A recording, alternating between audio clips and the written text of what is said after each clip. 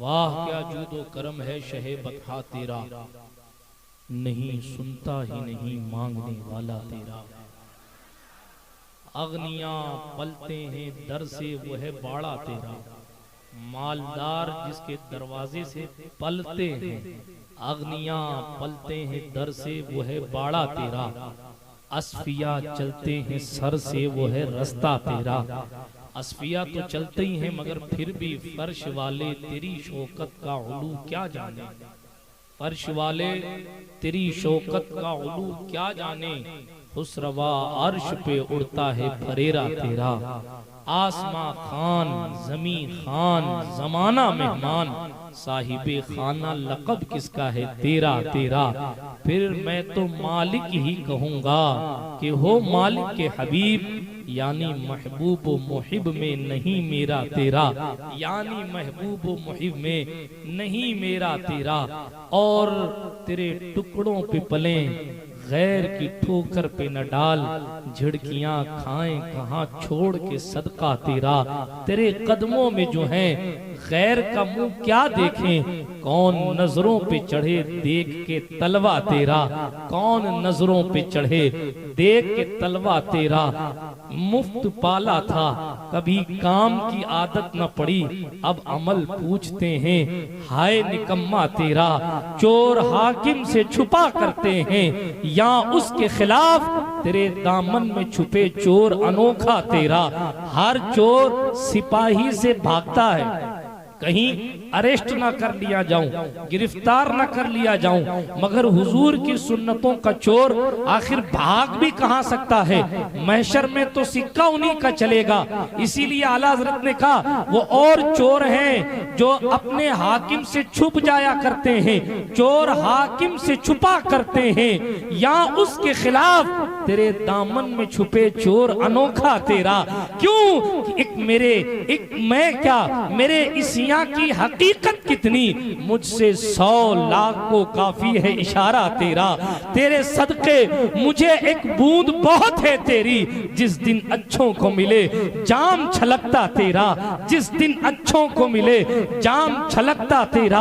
अशार बहुत हैं मगर तेरी सरकार में लाता है रजा उसको शफी। बल्कि एक शेर और सुन ले, तू जो चाहे तो अभी मैल मेरे दिल के धुले, तू जो चाहे तो अभी मैल मेरे दिल के धुले, कि खुदा दिल नहीं करता कभी मैला तेरा, कि खुदा दिल नहीं करता कभी मैला तेरा।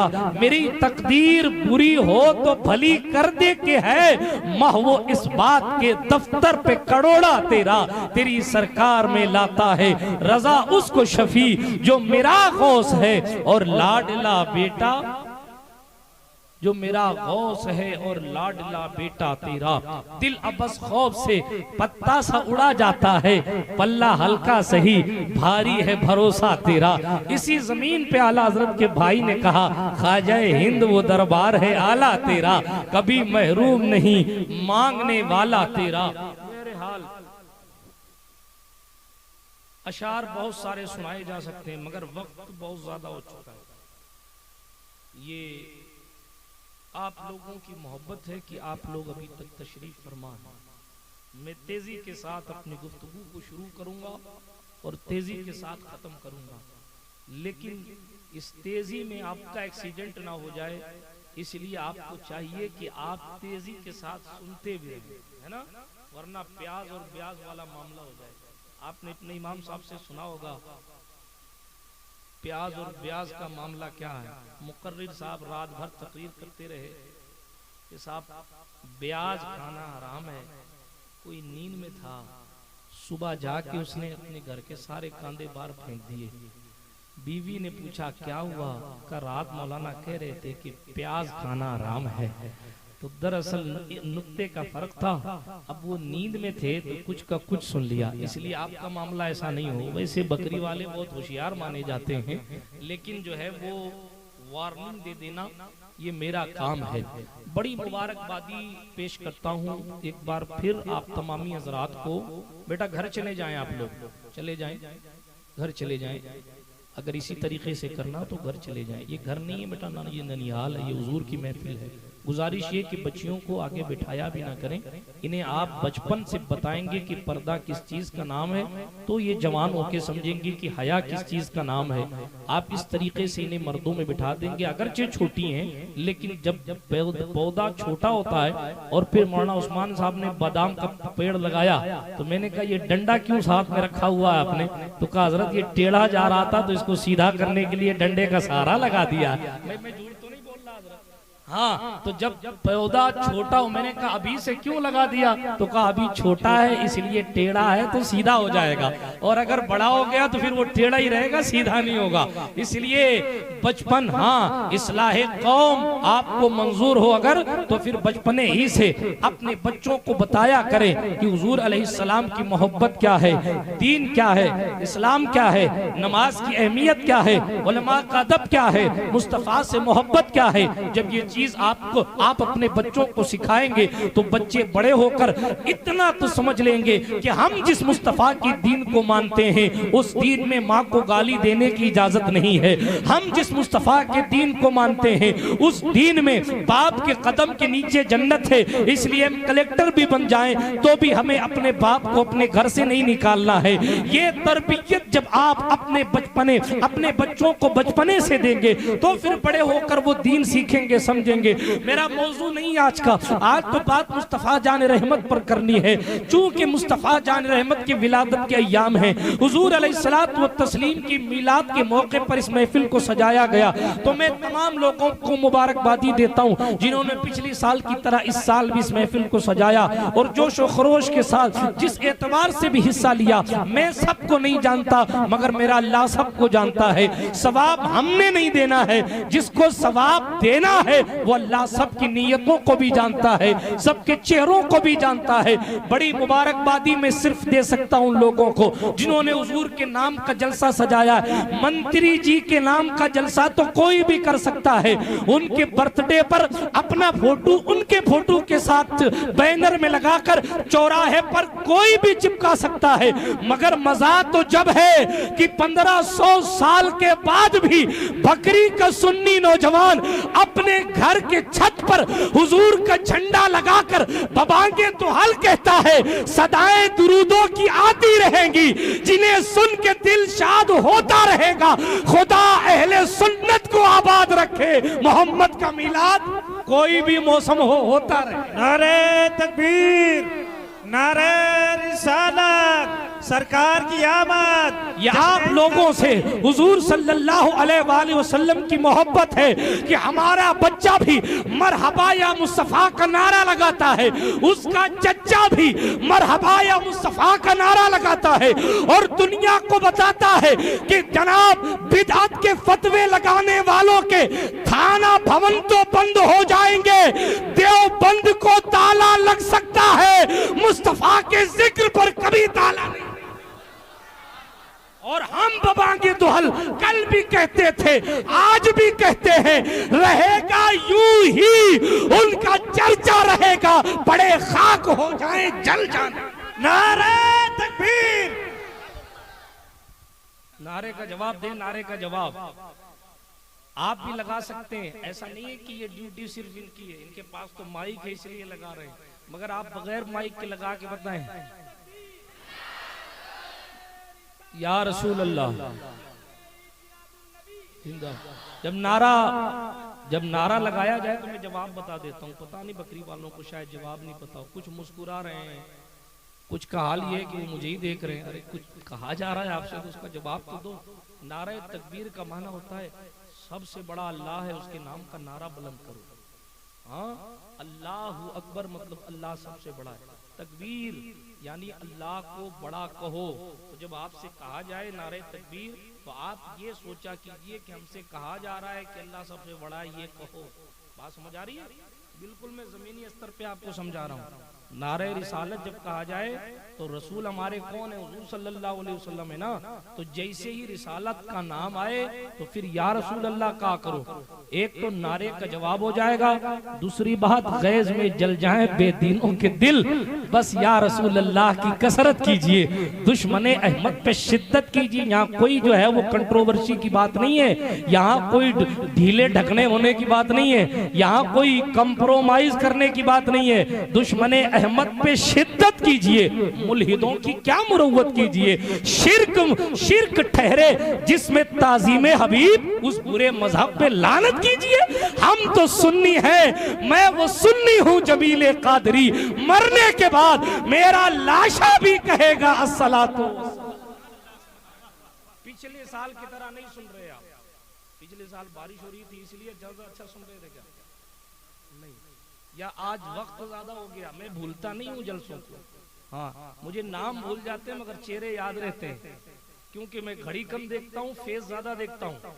हाँ, जब ये लगता है कि नहीं साहब इनकी बैटरी डिस्चार्ज हो गई तो गुफ्तगू यूं ही खत्म हो जाती है। जब लगता है कि नहीं सुनने के मूड में तो फिर वाकयात खुद ब खुद आ जाते हैं, है ना। मैंने रसोर में भी कहा था, पहले दिन ही कह दिया था, जैसे आपकी शीरनी होगी वैसा ही मेरा फातिहा होगा, इसलिए साल भर में एक बार लगवाते हो फातिहा, ऐसा वैसा मत लगवाओ। दुरूद शरीफ पढ़े बाबा से बुलंद, अल्लाहुम्मा सल्ली अला सय्यिदना जद्दिल हसन वल हुसैन व अला आलि सय्यिदना जद्दिल हसन वल हुसैन व अंजिलहुल मक़अदल मुक़र्रब इंदका यौमुल क़ियामा। झूम के सुने, क्योंकि मुस्तफ़ा जान रहमत सल्लल्लाहु अलैहि वसल्लम की बात हो रही है। जितने अल्लाह ने इंसान पैदा किए ना, एक से बढ़कर एक इंसान पैदा किए। मुझे याद है मैंने पिछली बार हुस्ने मुस्तफ़ा पे तकरीर की थी, तो आज मैं हुस्ने मुस्तफ़ा पर तो नहीं बोलूंगा, लेकिन मैं तेजी के साथ आता हूँ और अपने मौजू को समेटने की कोशिश करता हूँ, इसलिए कि हुजूर का हुस्न तो ऐसा है। हालांकि ऐसा भी नहीं है कि मैं जो पिछले बोल चुका था अब उससे आगे नहीं बोल सकता, अल्लाह का फजल है। मुफ्ती आजम राजस्थान के इल्मी फैजान है, मेरे दाता मखदूम अशरफ जहांगीर समनानी की जूतियों की खैरात है कि जहां से छोड़ा था अब भी इतना याद है कि वहां से आगे बोलूंगा, लेकिन मैं अब आपकी फिक्र को वुसअत देना चाहता हूं और मैं उस मौजू को जरूर लेकर आऊंगा और हुजूर अलैहिस्सलातु व तस्लीम के हुस्न की तरफ आऊंगा। लेकिन मैं अपने महबूब अलैहिस्सलातु व तस्लीम की इंपॉर्टेंस बता दूं पहले, ताकि आपको पता चले कि हमारे लिए सबसे बड़ी नेमत मुस्तफ़ा है, हमारे लिए सबसे इंपॉर्टेंट जात मुस्तफ़ा है। कायनात में आपको बहुत ज्यादा हुस्न मिलेगा, मगर हुजूर अलैहिस्सलातु व तस्लीम जैसा हुस्न किसी का नहीं है। मेरे मुस्तफ़ा सल्लल्लाहु अलैहि वसल्लम जैसा कोई हसीनो जमील नहीं है। बिरादराने मिल्लत इस्लामिया, रसूल मोहतशम सल्लल्लाहु अलैहि वसल्लम की विलादत की तारीख है। आप तसव्वुर करें, मैंने कहा था मैं तेजी से बोलूंगा तो आपने तेजी से सुनना है। आप जरा सोचें, एक बंदा, मैं मिसाल के तौर पर काफी लेट हो गया आज आने में, अजमेर शरीफ हम लोग रुक गए थे, ईशा वहीं पड़ी, आने में ताखीर हुई, उसके लिए मैं माजरत चाहता हूँ। लेकिन जैसे जैसे ताखीर बढ़ती रहती है वैसे वैसे आदमी का इश्तियाक बढ़ता रहता है, यार कब आएंगे, कब मुलाकात होगी, कब। मेरी कोई हैसियत तो बिसात नहीं, मैं तो हुजूर के कुत्तों के कुत्तों के कुत्तों के कदमों की भी बराबरी नहीं कर सकता। हमारे जैसे कई फिरते, मगर जनाब तकरीब फहम के लिए कह रहा हूँ, समझाने के लिए कह रहा हूँ। वो मुस्तफा आदम आए तो कहने लगे आखिरी नबी आएंगे, शीश आए तो कहने लगे आखिरी नबी आएंगे, हजरत याकूब आए कहने लगे आखिरी नबी आएंगे, नूह की कश्ती डूब रही है मगर फिर भी कह रहे कि नहीं आखिरी नबी आएंगे, हजरत यूनुस को मछली के पेट से निकाला जा रहा है मगर ऐलान उनका भी यही है आखिरी नबी आएंगे, हजरत दाऊद खलीफतुल्लाह बनाए गए मगर ऐलान उनका भी है आखिरी नबी आएंगे, हजरत सुलेमान को बेमिसाल बादशाह दी गई मगर ऐलान उन्होंने भी यही किया कि हाँ नबी आखिरुज़्ज़मा आएंगे। हजरत दाऊद है ऐलान कर रहे हैं नबी आखिरुज़्ज़मा आएंगे, हजरत इब्राहिम है ऐलान कर रहे हैं नबी आखिरुज़्ज़मा आएंगे, हजरत इस्माइल है ऐलान कर रहे हैं नबी आखिरुज़्ज़मा आएंगे, हजरत इसहाक है ऐलान कर रहे हैं नबी आखिरुज़्ज़मा आएंगे, हजरत याकूब हैं, ऐलान कर रहे हैं नबी आखिरुज़्ज़मा आएंगे। हजरत यूसुफ के पास हुस्न बहुत है मगर कह रहे हैं मुझसे भी ज्यादा कोई हसीन आएगा।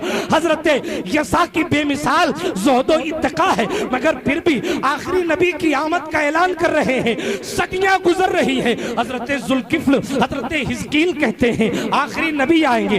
हजरत यूनुस कहते हैं आखिरी नबी आएंगे। हजरत याह्या और ज़करिया कहते हैं आखिरी नबी आएंगे। जनाबे लूत कहते हैं आखिरी नबी आएंगे। हजरत सरकारे मुस्तफा जाने रहमत की आमद से पहले मूसा कलीमुल्लाह कहते हैं आखिरी नबी आएंगे। ईसा रूहुल्लाह कहते हैं आखिरी नबी आएंगे।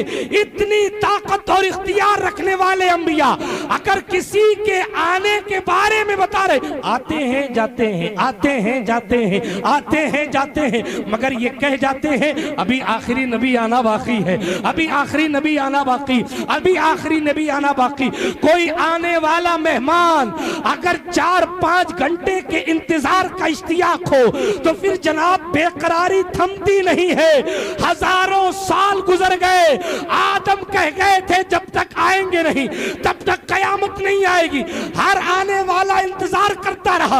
आदम की उम्मत तमन्ना करती है काश हमारे दौर में आ जाएं। शीश की उम्मत तमन्ना करती है काश हमारे दौर में आ जाएं, मगर वो भी चले गए। नूह की उम्मत उम्मीद रखती है काश हम हुजूर की चेहरे ज़ैबा को देख लें, मगर उनके मुकद्दर में भी ना था। हजरत सरकारे लूत अलैहिस्सलाम की उम्मत इंतजार करती है मगर जनाब उनके मुकद्दर में भी नहीं था। हजरत सालेह की कौम समूद के मुकद्दर में भी नहीं था। जनाब हूद के कौम आद के मुकद्दर में भी नहीं था। हजरत सरकारे मूसा का दौर आया, बनी इसराइल चल रहे हैं। हजरत याकूब का नाम इसराइल है, उनकी औलाद को बनी इसराइल कहा जाता है। उनकी तमन्ना थी काश हम में नबी आखिरुज़्ज़मा आ जाए, मगर तकदीर ने उनसी भी वफा नहीं की और उन्होंने भी उसको नहीं देखा जिसके खुतबे उनका नबी पढ़ता था। मूसा का ज़ाहिरी दौर खत्म हो गया, हुजूर नहीं दिखे। अल्लाह अल्लाह, मूसा अलैहिस्सलातु वत्तस्लीम के ज़ाहिरी जमाने के बाद भी दीन चलता रहा मगर हुजूर का इंतजार ही होता रहा। आखिरकार सरकार ईसा का दौर आया। उस दौर में ऐसा अल्लाह रब्बुल इज्जत का करिश्मा, बगैर बाप के हजरत ईसा को पैदा किया गया, कलीमतुल्लाह का टाइटल दिया गया, रूहुल्लाह का टाइटल दिया गया, मिट्टी से परिंदा बनाने का इख्तियार दिया गया, मुर्दों को जिंदा करने वाला ईसा को बनाया गया। हजरत ईसा को इतना पावर दिया गया कि वो जनाबे वाला इरशाद फरमाते हैं जो तुम खाते हो मैं उसकी खबर देता हूँ, जो तुम जमा करते हो मैं उसकी खबर देता हूँ। कोढ़ ही सामने लाया गया, ईसा ने हाथ फेर दिया, अल्लाह ने उसे शिफा दे दी। मरीज को छू दिया, अल्लाह ने उसे शिफा दे दी। सदियां गुजरती रही, उम्रें गुजरती रही, कौमें ज़ाहिरी तौर पर खत्म होती रही मगर नबी आखिरुज़्ज़मा नहीं आए। लेकिन सुन्नियों, अपने मुकद्दर पर जितना नाज करो कम है। हजारों साल दुनिया चलने के बाद एक दिन वो भी आया। 12 रबीउल नूर की तारीख थी, दोशंबा का दिन था। जनाब अब्दुल्लाह का साया उठ चुका है। आमिना खातून की जिंदगी बेवा होकर गुजारी जा रही है, सिस्कियां पर सिस्कियां ली जा रही हैं। कोई आसरा नहीं, दौरे जाहिलियत की बेवा है, कोई सहारा नहीं, बेकरारी की कैफियत बढ़ती जा रही है। अब्दुल मुत्तलिब की आंखों में आंसू है मगर जनाब एक ऐसा लम्हा भी आया, रात की तारीकी छट रही थी, सुबह का उजाला आ रहा था और कायनात में कमली वाला तशरीफ ला रहा था। आशिक अपने दौर में कह रहा था जिस सुहानी घड़ी चमका तैबा का चांद, उस दिल अफरोज साअत पे लाखों सलाम।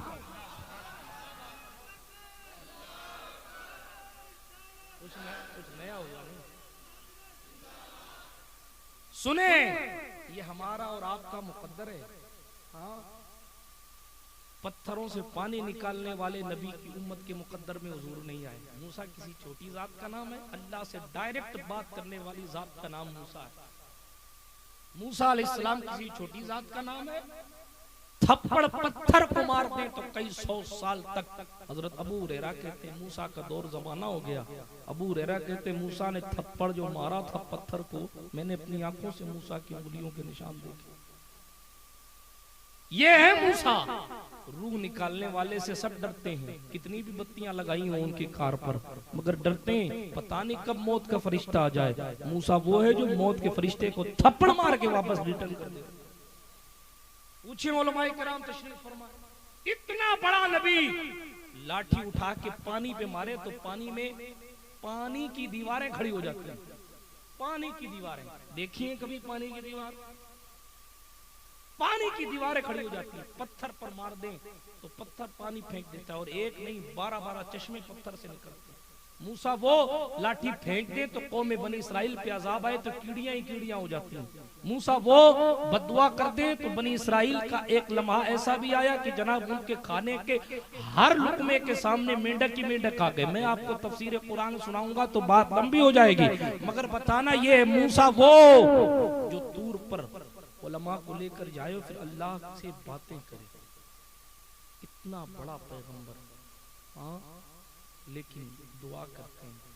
उनकी उम्मत को तो नहीं मिले हुजूर, खुद उस उम्मत का नबी मूसा कलीम जैसा नबी दुआ करता है, ए अल्लाह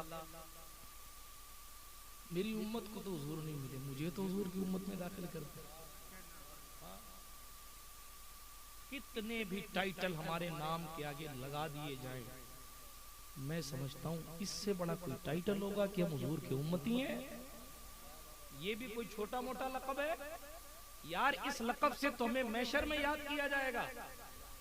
ये सारे लक़ब तो पोस्टर में रह जाएंगे यही, मगर वहां जिस लक़ब से याद किया जाएगा, हुजूर कहते हैं कोई नबी आएगा उसके साथ 10 लोग होंगे, कोई नबी आएगा उसके साथ उसके फॉलोअर 6 लोग होंगे, कोई नबी आएगा उसके साथ 20 लोग उसके मानने वाले उस पर ईमान लाने वाले होंगे, कोई नबी आएगा उसके पास 100-200 होंगे। हुजूर फरमाते हैं जिस वक्त मेरी एंट्री होगी और ऐलान किया जाएगा उम्मते मोहम्मदिया का, उम्मते मोहम्मदिया अपने महबूब के दामन के पीछे खड़ी है, हुजूर फरमाएंगे सारे महशर की भीड़ एक तरफ होगी, मुझ मोहम्मद की उम्मत एक तरफ, सबसे लंबी टीम हुजूर की होगी। और एक बात बताऊं कितनी, एक तो ये फायदा कि हम हुजूर की उम्मत में आए, सबसे बड़ा फायदा तो ये है कि हमारे ऐब छुपे हुए, जो मैं शोर में बोल चुका हूं, हमारी इज्जतें छुपी हुई हैं, हमारी इज्जतें सलामत हैं, हमारा वकार सलामत है। क्यों?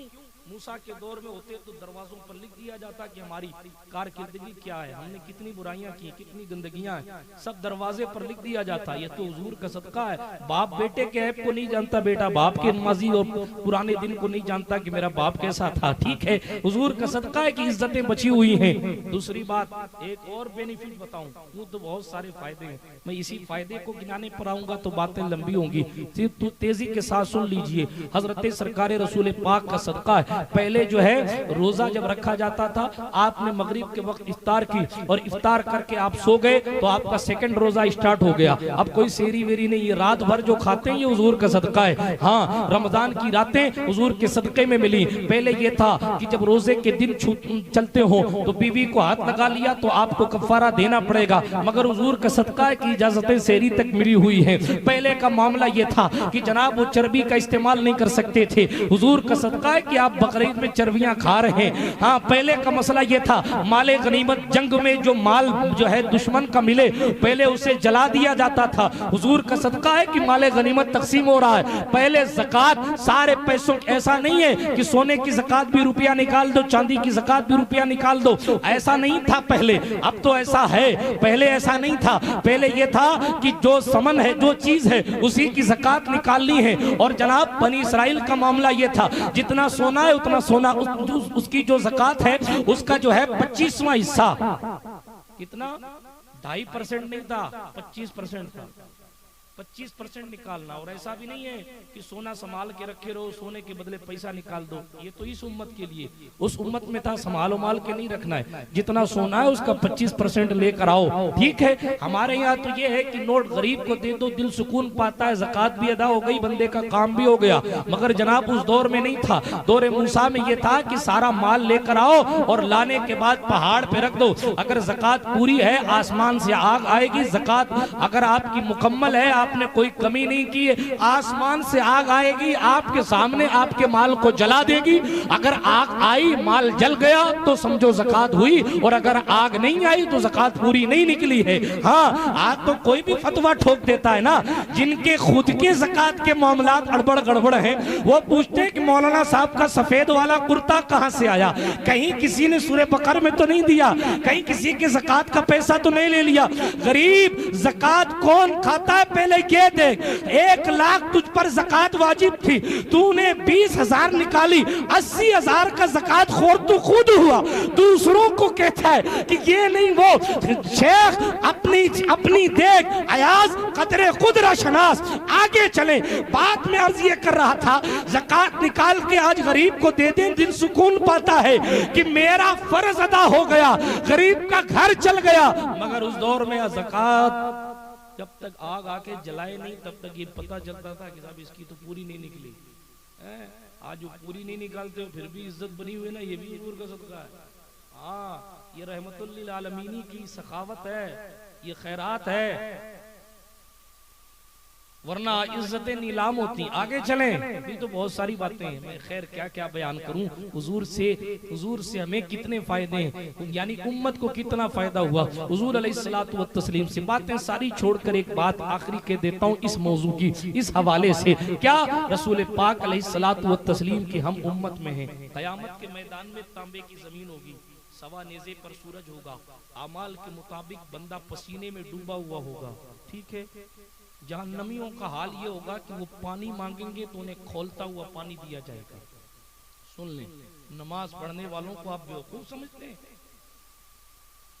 आप समझते हैं कि नमाज पढ़ना तो सिर्फ जो है वो 4-5 लोगों का काम है या डोगरों का काम है। कयामत के मैदान में आपसे नहीं पूछा जाएगा, अल्लाह ने आपको सांसें नहीं दी थी? हंसने की बात नहीं ना, डूब मरने का मकाम है। मैं घंटा बजाने की बात तो नहीं कर रहा मंत्रियों का, मैं मंत्रियों की हाजिरी बजाने की बात तो नहीं कर रहा, मैं चापलूसी करने की बात तो नहीं कर रहा, मैं तो अल्लाह को सजदा शुक्र अदा करने की बात कर रहा हूं। वो आंखों की रोशनी ले ले, है कोई जो दे दे? वो रिस्क छीन ले, है कोई जो आपको ला के रिस्क कहीं से दे दे? आंखों की पलक का ऑटोमेटिक सिस्टम अगर खराब हो जाए तो लंदन का डॉक्टर भी हाथ खड़े कर देता है कि ये कुदरत के फैसले, हम कुछ नहीं कर सकते। समझें आप इस हकीकत को। हेलीकॉप्टर बनाना मादी ताकत का काम है, मगर इतना सा मच्छर कोई बना सकता है? इतना सा मच्छर होता है। बड़ा सा हेलीकॉप्टर बनाने वालों से कहो इतना सा मच्छर बना दे। कुदरत क्या है उसको समझने की कोशिश कीजिए। सारी कायनात में हमारी इज्जतें बची हैं हुजूर के सदके से, मगर इसका मतलब ये नहीं है कि आप इसका नाजायज फायदा उठाएं। मस्जिदें वीरान हैं, पेशानियों से सजदों के निशान गायब हैं, शादियों के मौके पर हुजूर की सुन्नतों का मजाक उड़ाया जा रहा है। नहीं नाचो तो रिश्तेदार कहता है कि साहब तूने डांस नहीं करवाया। मरना नहीं है आपको? क्या आपसे नहीं पूछा जाएगा कि जिंदगी दी गई थी तो तूने क्या किया? क्या सिर्फ मौलवियों से पूछा जाएगा? क्या आपने कलमा नहीं पढ़ा? लोग जुम्मा भी नहीं पढ़ते, मैंने सुने हालात ऐसे। डूब मरने का मकाम। सरकार को से पाक फरमाते हैं जो शख्स बेनमाजी है उसकी जनाजे की नमाज पढ़ाना तो दूर की बात, मैं उसे मुसलमानों के कब्रिस्तान में भी दफन करने की इजाजत नहीं देता। कहां पढ़े हैं आप? कहां से दीन सीखा है आपने? हुजूर अलैहिस्सलाम फरमाते हैं कल मैदान क़यामत में जो बंदा बेनमाजी होगा वो मेरी शफाअत के जिम्मे से खारिज है। मेरी गारंटी नहीं है मैं उसको बख्शवाऊं। कौन है आसरा और सहारा? कौन काम आएगा? 9 महीने अपने पेट में रखने वाली माँ भी 9 मिनट आपकी कब्र पर आकर खड़ी नहीं होती। ये जितने प्रोपगंडे हैं और मामलात हैं सब सांसों की माला चलने तक है। इधर सांसों की डोर टूट गई, उधर सामने तो बड़ी इज्जत से पेश आते थे लोग और पीठ पीछे मरते कहते हैं धरती का बोझ खत्म हो। लेकिन अपने को ऐसा बनाओ कि अल्लाह और उसका रसूल राजी हो। आपके जाने के बाद वो कहें नमाजी आदमी था बेचारा चला गया, अल्लाह उसकी मग़फ़िरत कर दे। लेकिन आपकी दोस्ती उन लोगों से होगी जो खेलते ही सट्टे हैं, तो वो मग़फ़िरत की दुआ भी करेंगे तो किस काम का।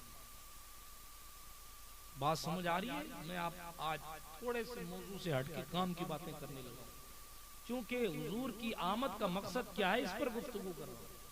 आए क्यों मुस्तफा, हुजूर आए क्यों? हमारी और आपकी रहनुमाई और हिदायत के लिए आए। वरना वो तो वो हैं कि आदम का जिस्म नहीं था, मेरे हुजूर का नूर था। आलमे नूरानियत में मुस्तफा जाने रहमत हैं, हजारों साल नूर बनकर रहे हैं, हजारों साल नूर बनकर रहे हैं। सिर्फ 63 साल इंसान बनकर आए थे, उससे पहले की सारी जिंदगी नूरानी है। इतने हजारों साल नूर की शक्ल सूरत में रहने वाला, हजारों साल से जिसका इंतजार हो रहा हो, वो मुस्तफा 63 साल तक हमें और आपको जिंदगी जीने का तरीका सिखाता, जिसकी नूरानियत की जिंदगी ऐसी हो कि जिसकी चमक को जिब्रील तस्लीम करते हो और कहते हो कि 70,000 साल में सितारा एक बार चमकता था, मैंने उसे 72,000 बार देखा। जिब्रील को पता नहीं कि वो सितारा चमक कब से रहा है, मैंने देखा, ये मुझे याद है। ये नहीं कहा मेरे सामने उसे बनाया गया, नहीं, हजारों साल से वो सितारा चमक रहा है। जिब्रील की चमक नहीं थी, मेरे मुस्तफा के नूर की चमक थी। हुजूर फरमाते हैं सबसे पहले मेरे नूर को पैदा किया गया और मेरे नूर से मखलूक को पैदा किया। मखलूक में फरिश्ते भी आते हैं। जब तक मुस्तफा जान रहमत अलैहिस्सलातु व तस्लीम का नूर खुदा ने चाहा अपने कुर्बे खास में रखा और उसके बाद हुजूर के नूर से कायनात को बनाया। वो सितारा कब से है जिब्रील को भी नहीं पता अलैहिस्सलाम, लेकिन हुजूर हैं वो, हजारों साल से जिसकी आमद का इंतजार होता रहा।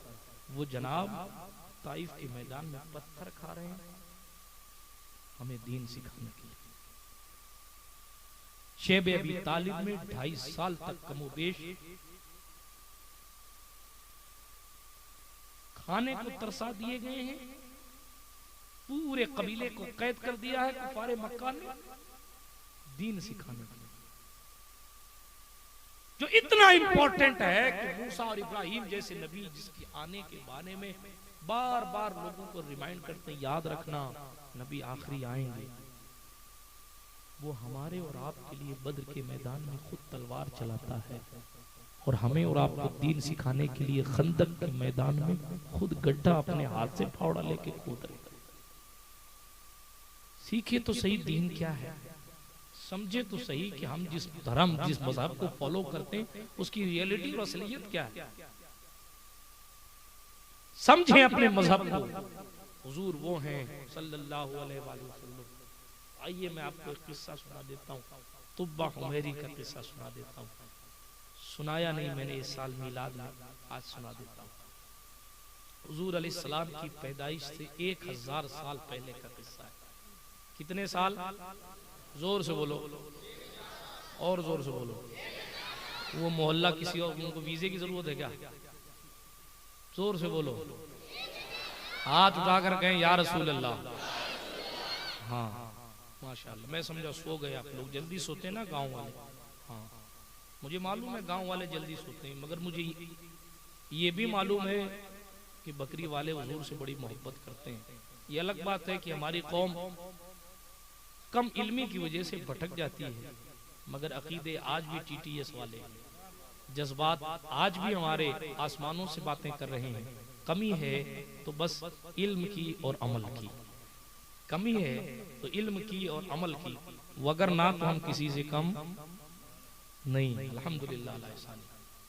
तो मैं ये भी जानता हूँ कि हुजूर का जिक्र सुनने बैठे हैं वो हुजूर जो रात रात भर हमारे लिए और आपके लिए मगफिरत की दुआएं करते थे, पैर सूज जाते थे और दुआएं मगफिरत किया करते, वो हुजूर 1000 साल पहले की बात। मैं अपने मौजू की तरफ वापस आ रहा हूँ। मैंने शुरू किया था, सारे नबी आए, हुजूर अलैहिस्सलाम के आने के बारे में बताते रहे, उनकी ज़ाहिरी जिंदगियां खत्म हो गईं और ये नूर सबसे आखिर में चमका, क्योंकि हुजूर हमारे अव्वल भी हैं आखिर भी हैं, नूर होने की हैसियत से अव्वल हैं, नबी सबसे आखिर में आए हैं इसलिए आखिर हैं। डॉक्टर इकबाल कहते हैं निगाहे इश्क व मस्ती में वही अव्वल वही आखिर, वही यासीन वही ताहा वही कुरान वही फुरकान। बिरादराने मिल्लत इस्लामिया मुस्तफ़ा जान रहमत सल्लल्लाहु अलैहि वसल्लम की बात, हाँ अर्ज ये कर रहा था 1000 साल पहले, सुना दूं किस्सा?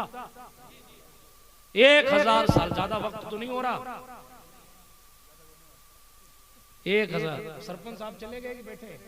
हाँ, सरपंच नेता लोग बैठे रहे, सरपंच लोग बैठे रहे तो समझो कि नहीं जलसा चलना चाहिए, वरना ये लोग सबसे पहले निकलते हैं।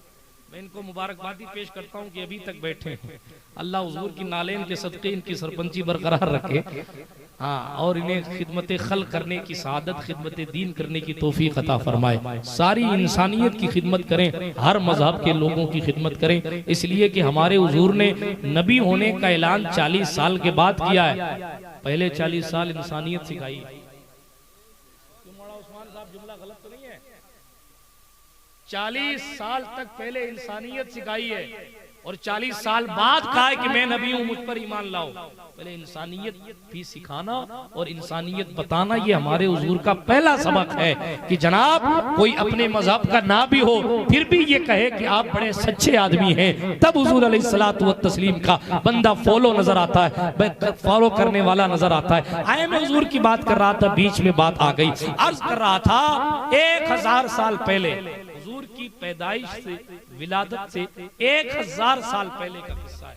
एक बादशाह था यमन का, तुब्बा अव्वल उमैरी, हाँ, वो सफर पे निकला 12,000 उलमा को लेकर, 1,32,000 की फौज सवारों की उसके साथ और 1 लाख कुछ लोग पैदल उसके साथ। उस दौर में 1000 साल पहले कोई इतनी ज्यादा भीड़ आ जाए तो अल्लाह ये ने क्या हासिल होता होगा, लेकिन साहब वो बादशाह था, उसकी हुकूमत थी, वो सबको खिलाता था, दुनिया की सैर करता था। सैर करता करता करता करता करता करता करता वो मक्का शरीफ पहुंच गया। कहाँ पहुंचा? जोर से बोलो, नाम लोगे सवाब मिलेगा, और कबूल हो गया तो इंशाल्लाह देखने भी मिलेगा। हाँ, मक्का शरीफ पहुंचा। मक्का शरीफ जब पहुंचा तो वहां खाना एक काबा, सुभान अल्लाह बोलो, अल्लाह का घर, हाँ, सरजमीने मक्का शरीफ, खाना काबा, अल्लाह का घर बैतुल्लाह शरीफ। वहां क्या हुआ, ये जहां जाता था जाहिर बात है कि इतनी भीड़ कहीं जाएगी, कोई भी लेके इतनी भीड़ जाएगा तो फिर वहां मामला ये होगा, यार देखे सही कौन आया, हाँ, आदमी लोग है, तो भीड़ होती थी। जहां भी ये लाखों लोगों को लेके जाता तो लोग मिलने आते थे इससे, बड़े से बड़े लोग सलामी ठोकने आते थे इसको। मगर जब ये शहर मक्का में पहुंचा तो कोई इसको सलाम करने नहीं आया। वो मक्का वाले लोग हैं, कुरैशियों का मामला भी ये इस दौर के कुरैशी की बात नहीं कर रहा, वो हुजूर के खानदान वाले।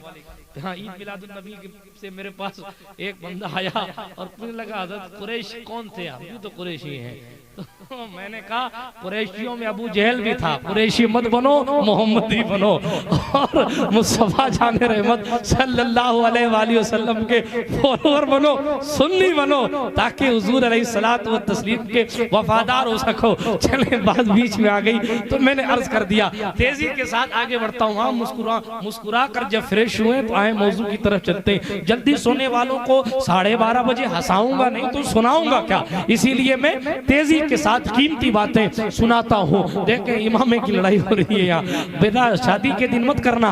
और तेजी के साथ आगे चले, अर्ज ये कर रहा था रसूल मोहतशम सल्लल्लाहु अलैहि वसल्लम की पैदाइश की बात, बल्कि पैदाइश से 1000 साल पहले की बात। वो लेके घूमता फिरता मक्का शरीफ पहुंचा तो उसको कोई सलाम करने नहीं आया। जब उसको कोई सलाम करने नहीं आया, दूसरे कहा यार मैं हर शहर में जाता हूँ, लोग मुझसे मिलने आते हैं, अकीदत से मिलते हैं, मुलाकात कर, मक्के वाले आए नहीं इतनी भीड़ देख के। तो किसी ने कहा साहब बादशाह सलामत, बात ऐसी है कि यहाँ मक्का है, और यहाँ मक्के का तवाफ करने लोग आते हैं, तो इनके यहाँ ऑलरेडी इतनी भीड़ आती है कि इन्हें आपकी भीड़ से लेना देना नहीं है। और वो आने के बाद जो तवाफे काबा करने आते हैं, वो आने के बाद इतनी नजरो नियाज पेश कर देते हैं, खिदमतें कर देते हैं मक्का वालों की कि उन्हें किसी और से उम्मीद की जरूरत नहीं होती। और वो जो तवाफ करने वाले आते हैं वो इतना ही पैसा पहले ही उनको दे देते हैं कि जनाबे वाला उनको किसी और पैसे की जरूरत नहीं होती, इसलिए वो सलाम वलाम करने नहीं आए। अल्लाह अकबर। तो उसके दिल में जो है गड़बड़ी हो गई, असद हो गई, और उसने ये कहा कि मैं काबे को गिरा दूंगा। नऊज़ बिल्लाहि अस्तगफिर। 2.5 लाख लोग लेके गया था कमोबेश, तो गुरूर तो हो गई। ने कहा साहब मैं काबे को गिरा दूंगा। कहा नहीं किसी से, सिर्फ दिल में सोचा, दिल में ख्याल किया मैं गिरा दूंगा, तब तो लोग सलाम करने आएंगे मुझे। नऊज़ बिल्लाहि। इधर सिर्फ सोचना था। हाँ, पड़ोसी नहीं जानता कि क्या सोचा, मगर जिसने दिल को पैदा किया है वो अल्लाह जानता है कि किसने क्या सोचा। हाँ, काम करना तो बात की चीज है। अल्लाह फरमाता है वनअलमु मा तुवस्विसु बिही नफ्सु, इंसान का नफ्स क्या ख्याल पैदा करता है हम तो उस ख्याल को भी जानते हैं। इधर ख्याल आया, उधर उसके नाक से निक्सीर जारी, नाक से खून आने लग गया, नाक से खून आने लग गया। बड़ा बादशाह था, तबीब साथ लेके चलता था, हकीम डॉक्टर आए, लोगों ने चेक किया, दवाएं दी, मगर कोई असर नहीं। नाक का खून रुकने को तैयार नहीं, नाक की नक्सीर रुकने को तैयार नहीं। बड़े बड़े तबीब आए, चेक करके चले गए, लेकिन उसकी नाक की नक्सीर नहीं रुक रही। एक इंतहाई नब्बास तबीब था, बेहतरीन हाजिर तबीब था, आया, उसने हाथ पकड़ा और हाथ पकड़ने के बाद नस देखी, पता नहीं क्या देखा, वो पता नहीं अल्लाह वाला भी रहा होगा। उसने हाथ पकड़ा और हाथ पकड़ते कहा बादशाह सलामत, आपका मर्ज आसमानी है और आपका इलाज जमीनी हो रहा है।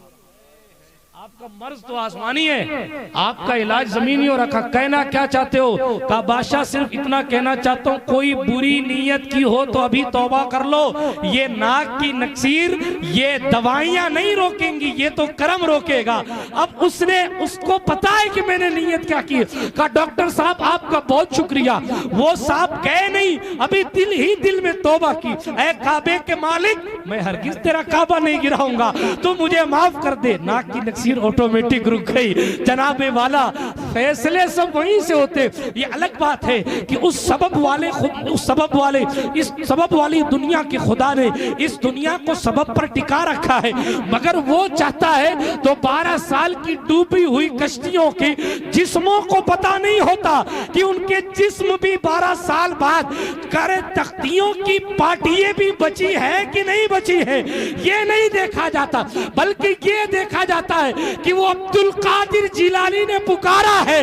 12 साल वालों को दोबारा निकालना पड़े तो निकाल देंगे, मगर अब्दुल कादिर की जबान को खाली नहीं जाने देंगे।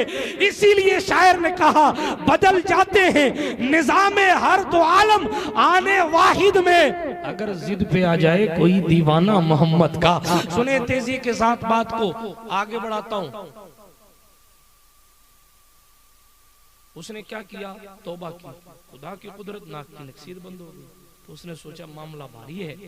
अब वो मिलने नहीं आए मक्का वाले मुझसे, तो क्या हुआ, मैं खुद उनसे मिलने जाऊं। हाँ, मामला उल्टा हो गया। अभी तक तो उनकी नखवत आसमान पे थी, अब उलट गई। अब उन्हें मैं खुद मिलने जाऊंगा। मिलने गए तो जनाबे वाला नजराने दिए सबको, जोड़े दिए सबको, और जो है पैसे दिए सबको, और सबसे कहा मेरे लिए दुआ करना। बड़ी इज्जत के साथ मक्का शरीफ को अलविदा कहते हुए चले। अगला पड़ाव, अगली मंजिल मदीना ए मुस्तफा। ये मदीना अभी बीमारियों का घर है, ये मदीना अभी यसरब है, ये मदीना अभी यसरब है। यहाँ लोग आते हैं तो बीमार हो जाते हैं। यहाँ की आबो हवा वबा ज़दा है, बला ज़दा है, ठीक है, हालात ठीक नहीं है। अब ऐसी क्या हुआ भाई, माइक पहुंचा दें क्या औरतों को? इतनी जोर से बोल रही हैं कि यहाँ तक आवाज आ रही है। दिल के पपोले जल उठे सीने के दाग, उस घर को आग लग गई घर के चिराग से। मुस्तफा जाने रहमत सल्लल्लाहु अलैहि वसल्लम की महफिल चल रही है, मायावती का भाषण थोड़ी चल रहा है कि जो चाहो बोलते रहो। मैं हुजूर की बात कर रहा हूँ, मेरी बात सुने। इस वक्त सबसे इंपॉर्टेंट मैं हूँ, क्योंकि इंसानों में सबसे इंपॉर्टेंट जात मोहम्मद अरबी की बात कर रहा हूँ।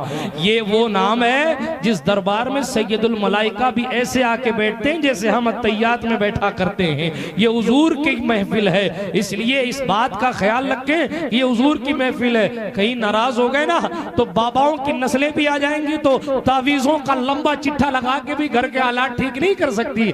ये तो मुस्कुराते हैं, तब हुजूर की मुस्कुराहट से बाबाओं को खैरात मिलती है।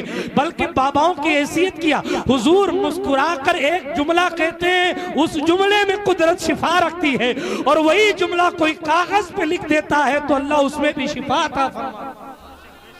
सब कुछ तो हुजूर से ना। हुजूर के साहबी हजरत हंजला बचपन में हुजूर की खिदमत में गए। सुनो बकरी वालों सुनो, हरसौर वालों तुम भी सुनो। गए हजरत हंजला छोटे से हैं, हजरत हंजला हुजूर के साहबी।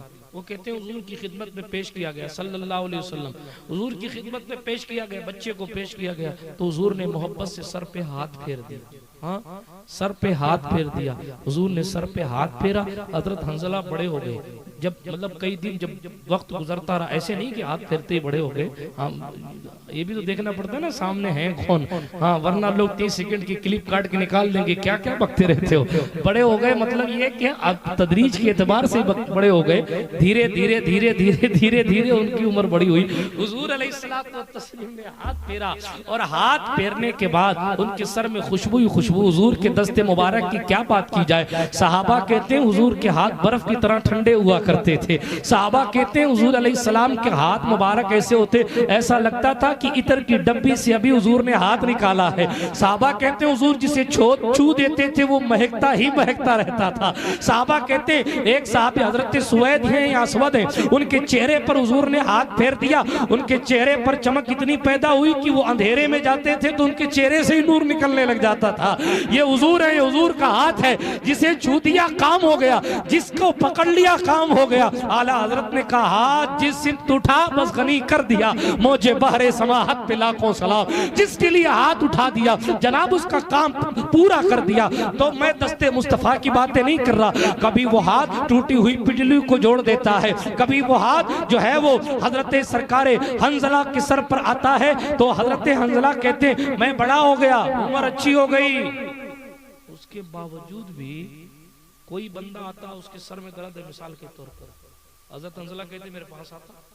रावी कहते हैं लोग हजरत हंजला के पास जाते हैं, हजरत हंजला से कहते हैं कि मेरे सर में दर्द हो रहा है या मेरी कंधे में दर्द हो रहा है। तो हजरत हंजला क्या करते हैं कि वो अपना थूक निकालते, क्या पढ़ते, कहते बिस्मिल्लाह अला असरे यद रसूलिल्लाह, ये पढ़ते और अपना लुआब दहन निकालते, मुंह का थूक शरीफ। कौन? हजरत हंजला हुजूर के साहबी, और निकाल के अपने सर पे लगाते हैं। बचपन में हुजूर ने सर पे हाथ रखा था, बचपन का ये हाल है साहब, क्या सर पे हाथ फेरते। और हजरत हंजला उस हाथ को सर पे फेरने के बाद जो बीमार मिसाल के तौर पर कंधा दुख रहा है किसी का तो उसके कंधे पे हाथ फेर देते, अल्लाह उस मर्ज से भी उसको शिफा अता फरमाता। सिर्फ इंसान नहीं, लोग बकरियां लेकर आते थे, लोग ऊंटनियां लेकर हजरत हंजला के पास आते थे कि मेरी ऊंटनी की तबीयत ठीक नहीं है। हजरत हंजला यूं ही अपना थूक निकाल के सर पे हाथ रखते और सर पे हाथ रख के हुजूर के हाथ के असर की दुआ करते कि हुजूर के हाथ का जो दस्ते मुबारक का असर है उसके सदके वो तुफैल। क्या माजरा होता कि हंजला का हाथ जब सर पे आता और सर से बीमारी की जगह लगता तो कुदरत शिफा अता फरमा देती। ये हुजूर का दस्ते अक़दस। चलें बात आगे बढ़ाता हूँ तेजी के साथ। हुजूर सल्लल्लाहु अलैहि वसल्लम की बात चली, बातों पर बातें निकलती रहती है, इसलिए मैं बड़ी तेजी के साथ शॉर्ट करने की कोशिश करूंगा। हुजूर के हाथ तो बहरहाल हुजूर के हाथ हैं। अभी मैं बातों को छोड़कर आगे बढ़ता हूँ। तुब्बा उमैरी का किस्सा मैं सुना रहा था और मामला ये था कि जनाब वो मदीना पहुंचा, वो बीमारियों का घर था, मगर हुजूर हैं उनके कदम से वो बीमारियों का घर दारुल शिफा बन गया। मगर अभी तो हुजूर पैदा ही नहीं हुए। हुजूर पैदा होंगे उसके बाद 53 साल की उम्र में हिजरत फरमाएंगे तब मदीना आएंगे। अभी तो यहाँ पैदाइश से 1000 साल पहले का किस्सा है। अब 1000 साल पहले का तुबा उमेरी पहुंचा वहां मदीना शरीफ। और मदीना शरीफ पहुंचने के बाद, तेजी से सुन ले, मैं बात को खत्म करने लगा। मदीना शरीफ पहुंचने के बाद उसने जब मदीना में क़याम किया तो उसके साथ 12,000 उलमा थे। कितने? जोर से बोले ना। 12,000 उलमा उस दौर में रखना कोई छोटी बात थी। उस वक्त तो मदरसे दारुल नहीं चलते थे ना कि एक मदरसा 15-15 फारिग कर रहा है। हाँ, कुछ तो ऐसे ही कि झूठे थोक के भाव फारिग कर रहे हैं। हाँ, कुछ आता जाता कुछ नहीं है। उर्दू लिखनी नहीं आती आलिम, अल्लाह खैर फरमाए। मैं किसी को टारगेट नहीं कर रहा, मुझे माफ रखें। और अगर ऐसा मामला है तो फिर माजरत का तालिब है, लेकिन जनाब आलिम आलिम होता है। आगे बढ़ता हूँ तेजी के साथ। अर्ज ये कर रहा था 12,000 उलमा उस दौर में वो लेके चल गए थे। यमन का बादशाह था, कोई छोटा मोटा थोड़ी था। आखिरकार उलमा ने वहां की मिट्टी को सूंघा। सुनो बकरी वालों, सुनो हुजूर क्या है, सुनो। 1000 साल पहले वहां की उलमा ने मिट्टी को सूंघा। जब तुब्बा उमेरी का काफिला जाने लगा, तो लोगों ने बादशाह से कहा, बादशाह सलामत, तुम चले जाओ, हमें यहीं छोड़ जाओ। बादशाह तुम चले जाओ हमें। बादशाह ने कहा, सारे सफर में तुम हमारे साथ थे, क्यों छोड़ जाएं? बादशाह सलामत, यहाँ की मिट्टी की खुशबू बताती है कि आखिरी नबी यहाँ आएगा। क्या शान। 1000 साल पहले आमद रसूल पर गुफ्तगू। 1000 साल पहले हुजूर की आमद का इंतजार।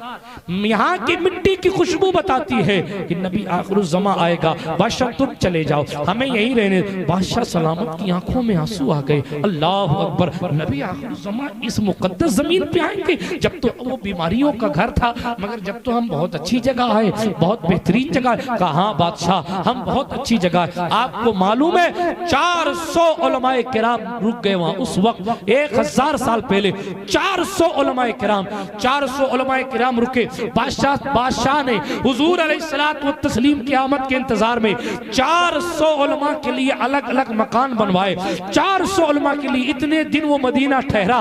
400 उलमा के लिए, हर आलिम के लिए अलग मकान बनाया, हर आलिम के लिए कमोबेश अलग मकान बनाया और एक मकान अलग बनाया।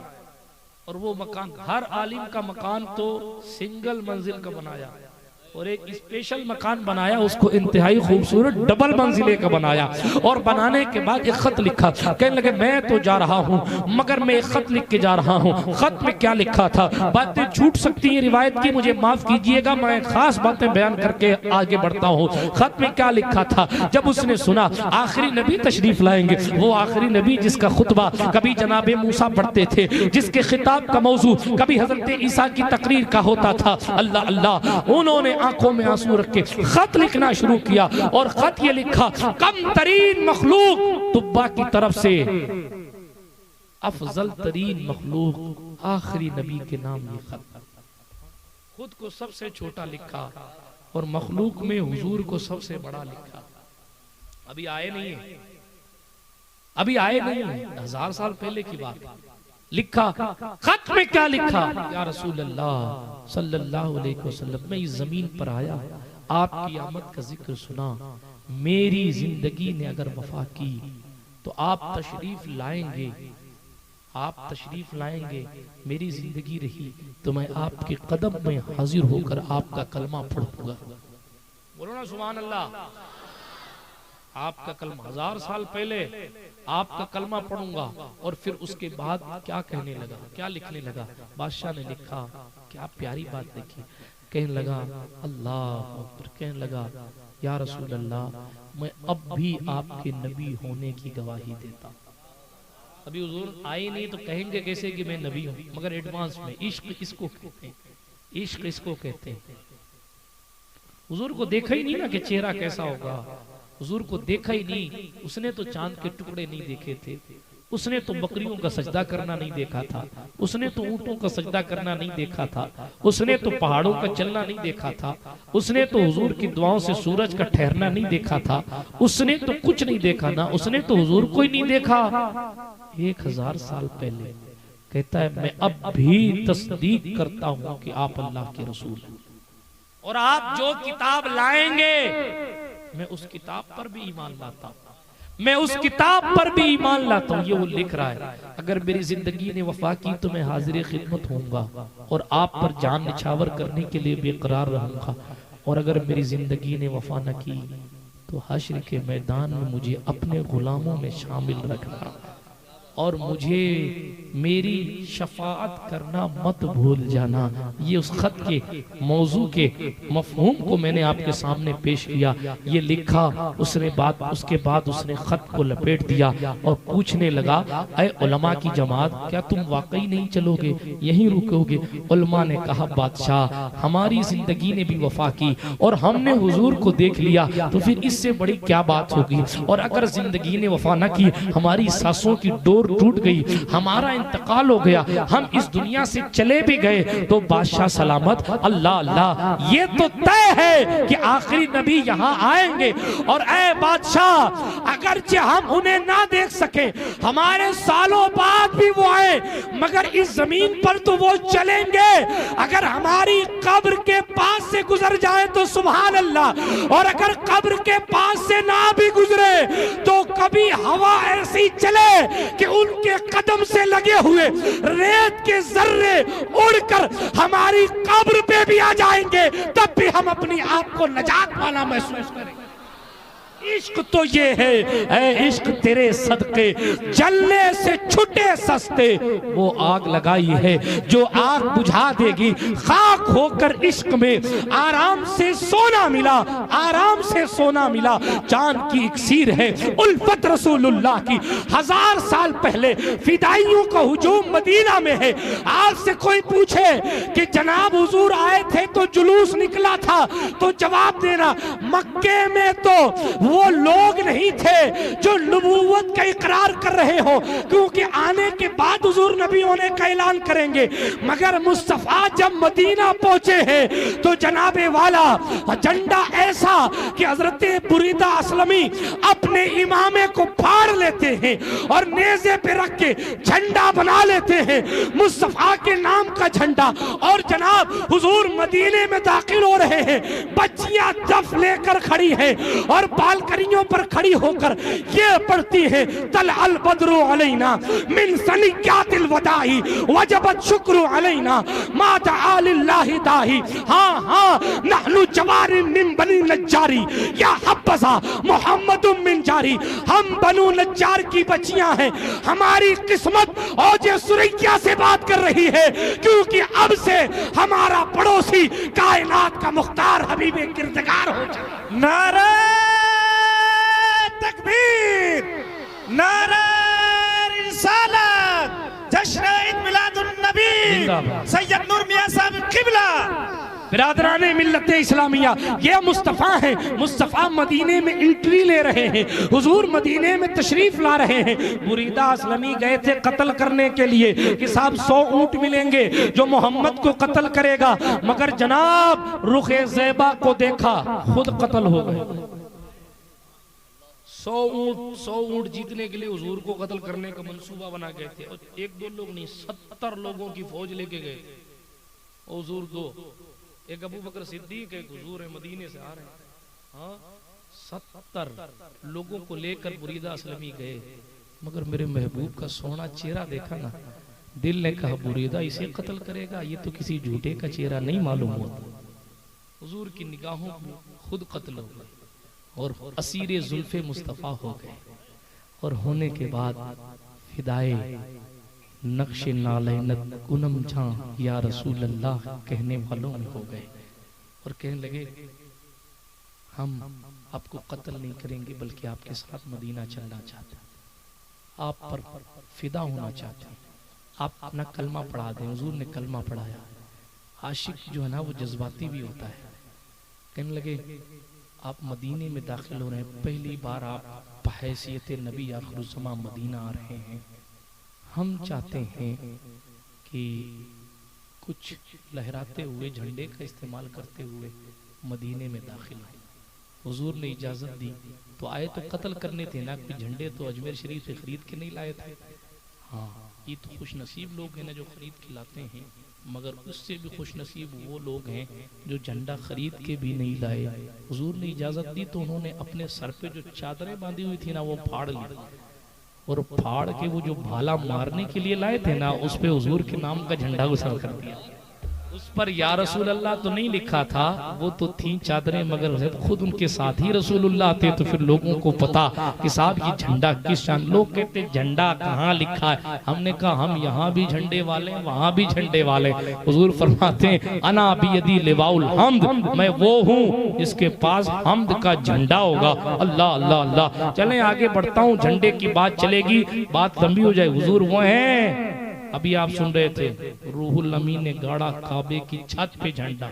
हजरत आमिना कहती हैं हजरत जिब्रील ने, बहरहाल बातें लंबी हो जाएंगी, विलादत सुनाने लगूंगा तो अभी मैं यही किस्सा पूरा कर दूं तेजी के साथ। 1 बजने आए, बात मुकम्मल नहीं हो पा रही है, करें भी क्या, मुकम्मल तो मेरी जिंदगी हो जाएगी मगर हुजूर की बात नहीं हो पाएगी, क्योंकि जनाब तेरे तो वस्फ ऐब तनाही से हैं बरी, हैरान हूँ मेरे शाह मैं क्या क्या कहूँ तुझे, कह ले कि सब कुछ उनके सना खां की खामोशी, चुप हो रहा है कह के मैं क्या क्या कहूँ तुझे। सुनिए, अर्ज ये कर रहा था, सरकार मदीना अलैहिस्सलातु व तस्लीम के उन आशिकों ने अपनी चादरें फाड़ ली, भाले पर उठा लिया और उसको लहराने लगे। हुजूर मदीने में दाखिल हो रहे हैं। अब देखें 70 आदमियों का काफिला है, जुलूस है कि नहीं है, बोलो जल्दी जल्दी यार, है ना। फिर उसके बाद हाथ में झंडे हैं कि नहीं है ना। मदीना शरीफ से, सीरत की किताबों में लिखा है, मदीना शरीफ से मदीने वालों को जब पता चला कि हुजूर आ रहे हैं तो वो बस्ती से बाहर निकल के हुजूर के इंतजार में खड़े हो गए। हाँ, और हुजूर को देखा तो कहा मरहबा।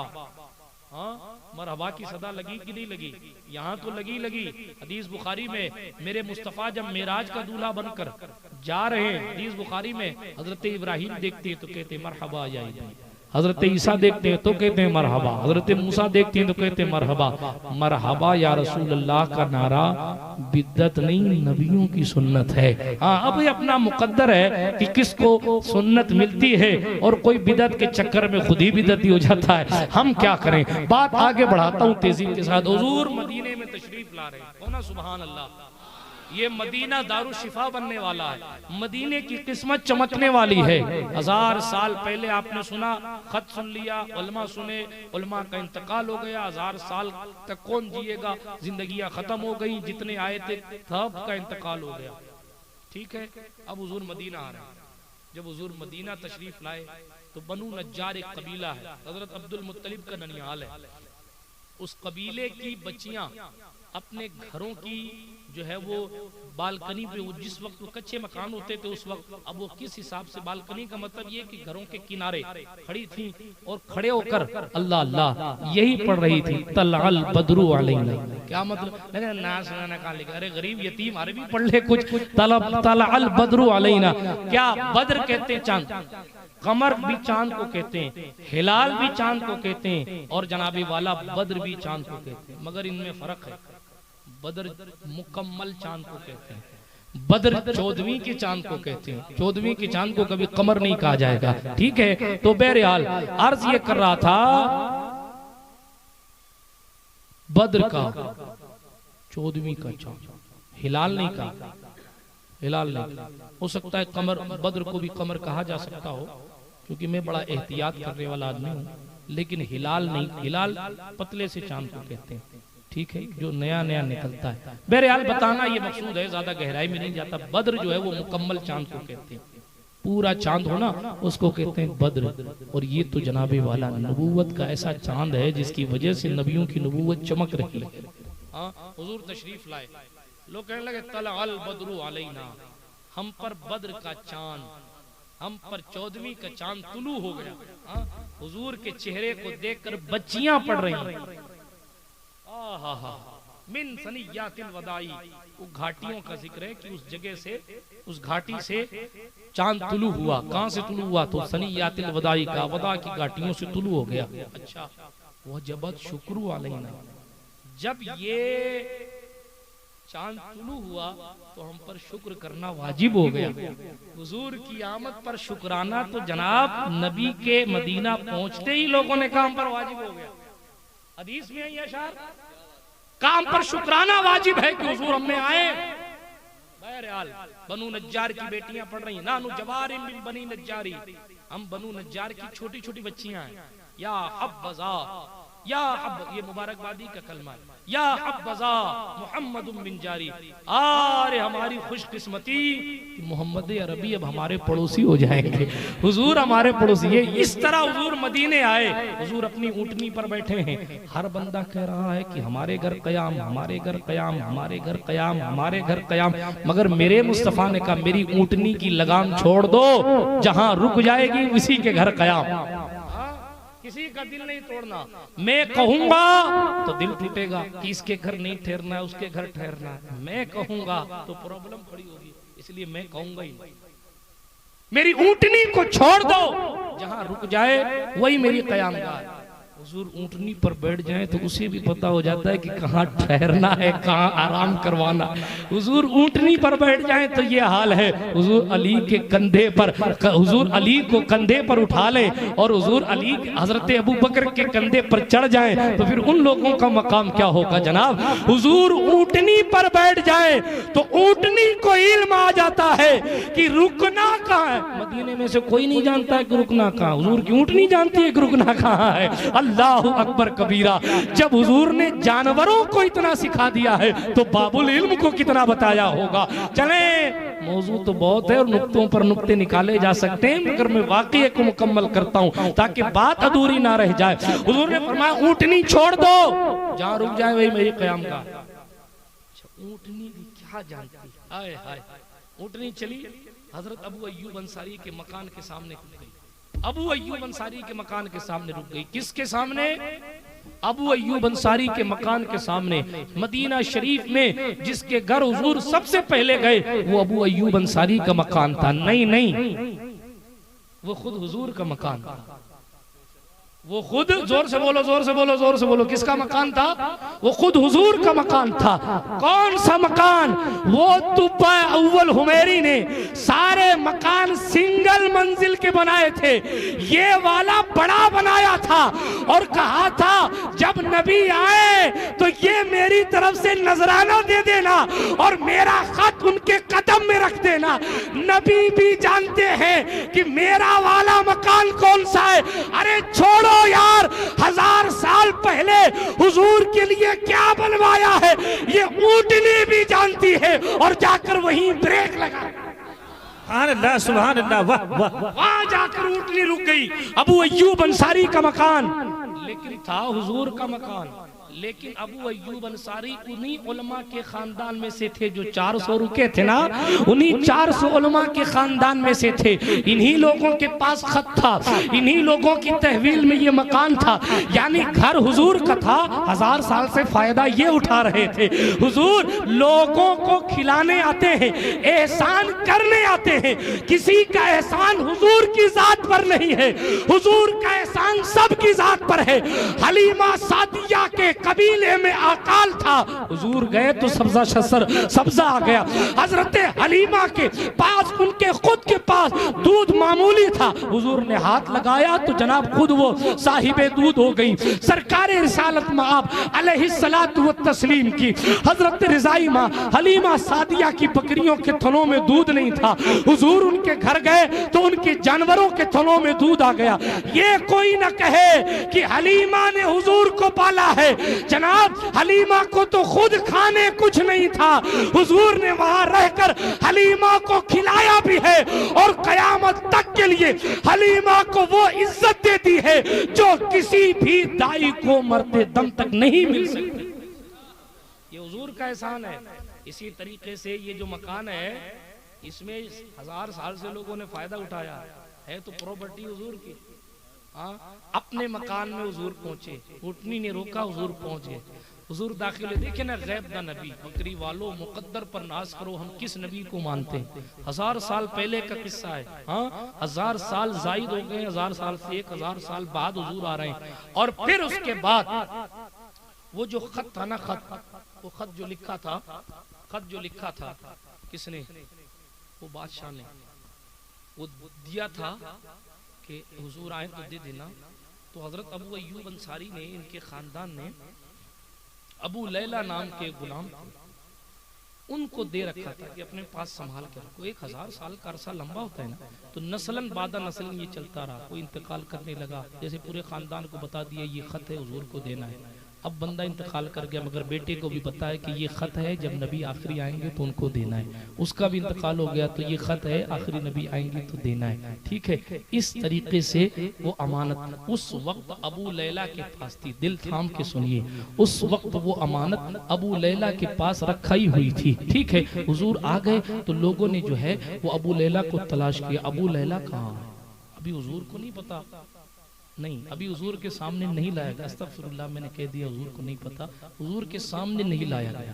अबू लैला को अभी सामने नहीं लाया गया। लोगों ने आपस में मशवरा किया कि अबू लैला को बुलाओ और वो जो अमानत रखी है वो हुजूर तक पहुंचाओ। अब तो आ गए हैं, 1000 साल पुरानी अमानत पेश कर दी जाए। जैसे ही अबू लैला हुजूर के सामने खड़े हुए, अभी उन्होंने बताया नहीं कि मेरे पास अमानत है या कोई खत है। 1000 साल पहले क्या हुआ था।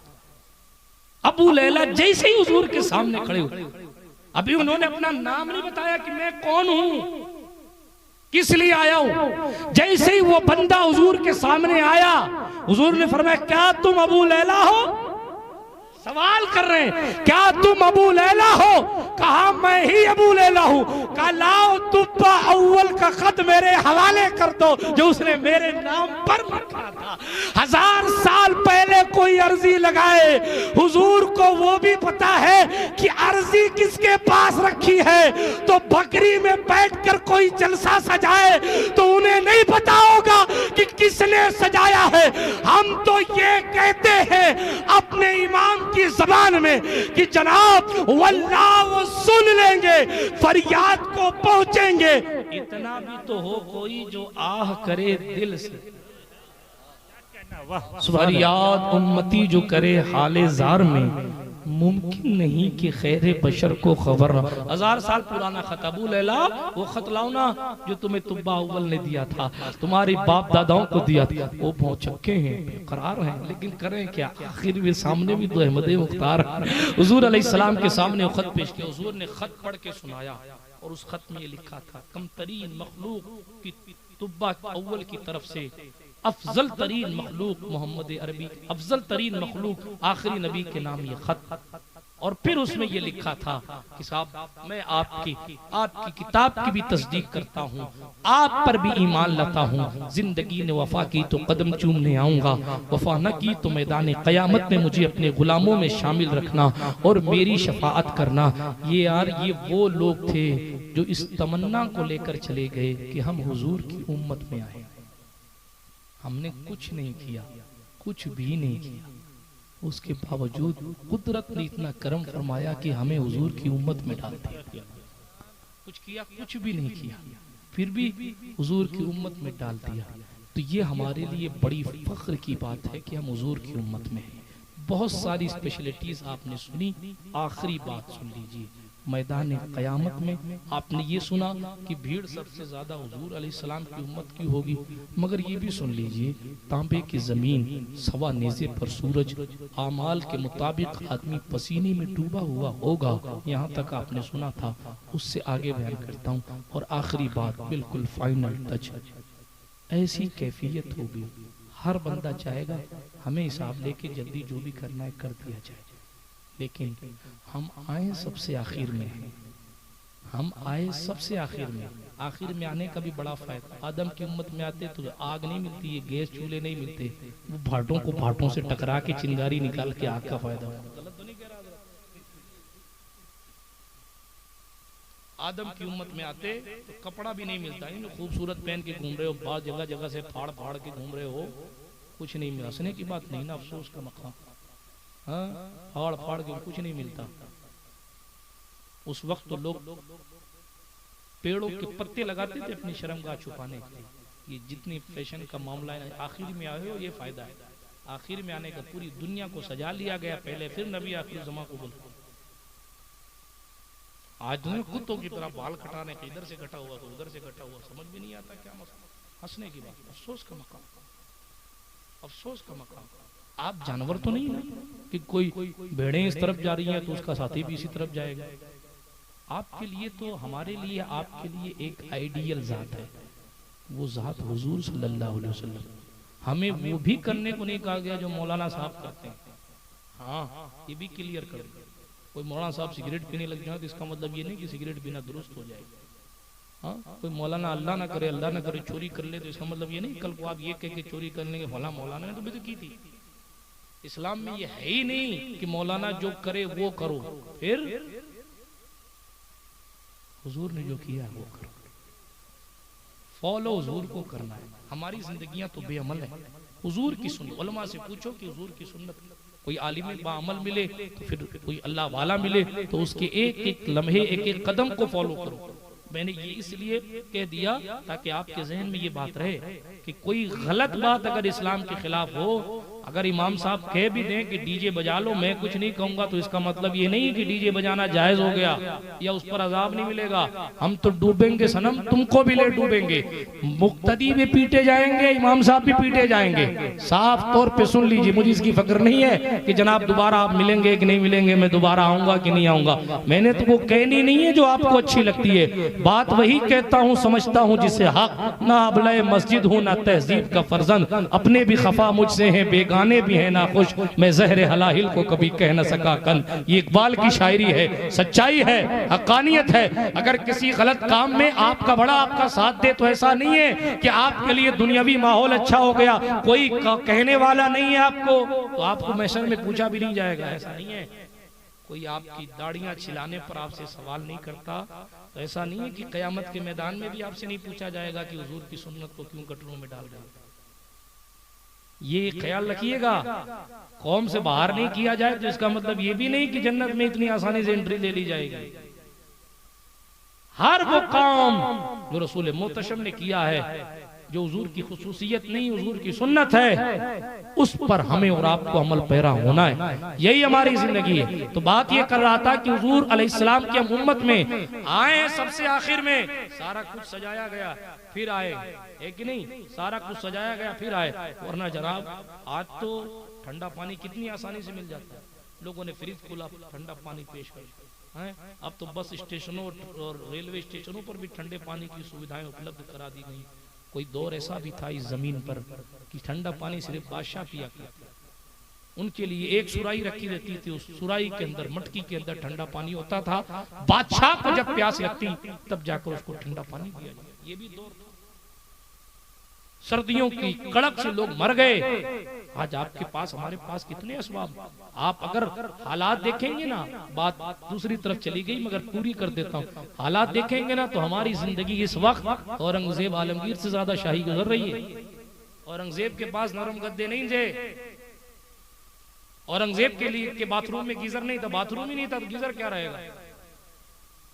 सोचने की बात है, गौर करने की बात है। मैं हदीस नहीं सुना रहा, अब आपको झिझोड़ रहा हूं। वो रहे होंगे बादशाह अपने वक्त के, हैं बादशाह अपने वक्त के थे, लेकिन जितनी आसानियां हमारे लिए फराम उनके लिए थोड़ी। वजू के लिए गर्म पानी क्या उनके दौर में मस्जिद में था? क्या उनके दौर में मस्जिदों में एसियां लगी हुई थी? अल्लाह का करोड़ों एहसान है कि उसने हमें ऐसा माहौल दिया। ये सब हुजूर का सदका है, ये सब हुजूर का सदका है।